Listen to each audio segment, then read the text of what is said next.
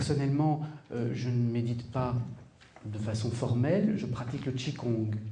Le Qigong, le travail du Qi, qui me permet, c'est une sorte de méditation en mouvement, qui me permet d'être autorégulé dans l'instant, de sentir ce qui se passe en moi, de bouger mon corps et d'éprouver l'espace et ce corps qui est en train de réhabiter l'espace et de se délier.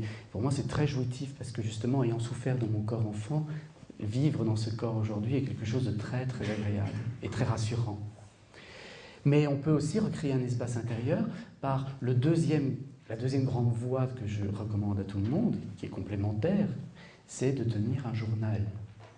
De tenir un journal, personnellement, quotidiennement, depuis maintenant presque 15 ans, j'écris dans mon journal. Probablement que tout à l'heure, quand je vais rentrer à l'hôtel, je vais écrire et me dire, tiens, pourquoi à tel moment de la soirée, tu as eu besoin de pousser? Pourquoi à tel moment de la soirée, au contraire, tu t'es rétracté, ou pourquoi tu aurais...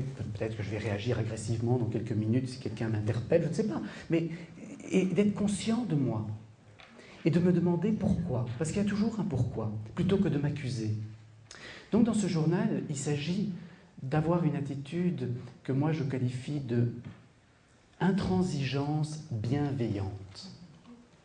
Il faut tout voir, mais ne rien juger. Il faut pouvoir comprendre, comprendere en latin, prendre avec soi tout ce que nous sommes, pour pouvoir décider qu'est-ce que je vais faire avec tout ça. Et reprendre sa responsabilité, son habilité à apporter des réponses. Responsabilité. Et donc dans ce journal, je ne me passe rien, ou j'essaie de me passer le moins possible. Et j'essaie de ne pas être mièvre, je me dis non, là tu te plantes, pourquoi tu as été comme ça? Pourquoi tu as triché? Tu n'as pas dit la vérité à cette personne. Tu t'es dédouané alors que tu aurais pu avouer qu'effectivement c'est toi qui devais porter la responsabilité de telle ou telle situation. J'essaie de ne pas tricher, mais je ne me juge pas, parce que dès qu'on se juge, alors on a le petit enfant qui dit c'est pas moi, c'est lui. Vous savez, les enfants, quand ils ont cassé quelque chose, non, c'est pas moi, c'est mon frère ou c'est ma sœur. Une intransigeance bienveillante. Ce que j'avais appelé dans mon premier ouvrage, Le travail d'une vie, développer un observateur, c'est-à-dire quelqu'un qui est capable d'objectivité et de compassion, qui est capable de se rappeler que, oui, compatire, je peux souffrir avec l'enfant qui est en moi, ou avec l'enfant qui est en l'autre, je peux comprendre que nous sommes tous dans le même bateau, il n'y a pas à se juger, essayons d'évoluer.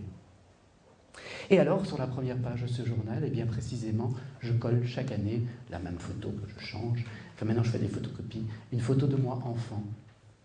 Parce que je pense que c'est cet enfant à l'intérieur de nous qui est pleinement vivant, qui est capable d'une pleine joie. Et c'est lui que, en tout cas moi, comme adulte, j'ai trahi très souvent. Alors j'ai cette photo, et je la regarde tous les matins quand j'ouvre le journal, enfin plusieurs fois parfois dans la journée, parce que parfois j'y vais plusieurs fois dans la journée, parfois j'oublie un jour, mais je conseille toujours une régularité au départ, parce que c'est une sorte de rendez-vous très intime avec soi.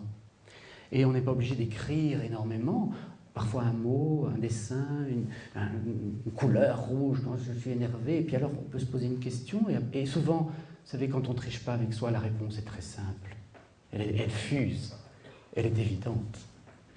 Et alors beaucoup d'humour, parce qu'il faut se moquer de soi. Sans ça, si on n'a pas d'humour, ben on ne peut pas survivre là, dans ce jeu de la vérité. Donc il faut vraiment se marrer. Et vraiment se tourner en dérision, dire t'es retombé dedans, t'as recommencé, t'avais pourtant dit que t'aimais pas ça. Et tu n'as pas été cohérent par rapport à l'essentiel. Et donc cet enfant, je pense que c'est important qu'on se rappelle qu'il est toujours en nous. En chacun de nous aussi, si on se regarde vraiment au fond des yeux, il y a cet enfant. Et il a ses peurs. Il a les mêmes peurs que moi dans mon enfance. On n'a pas vécu les mêmes choses, mais on les a vécues, ces peurs, à des degrés divers. Mais elles sont là.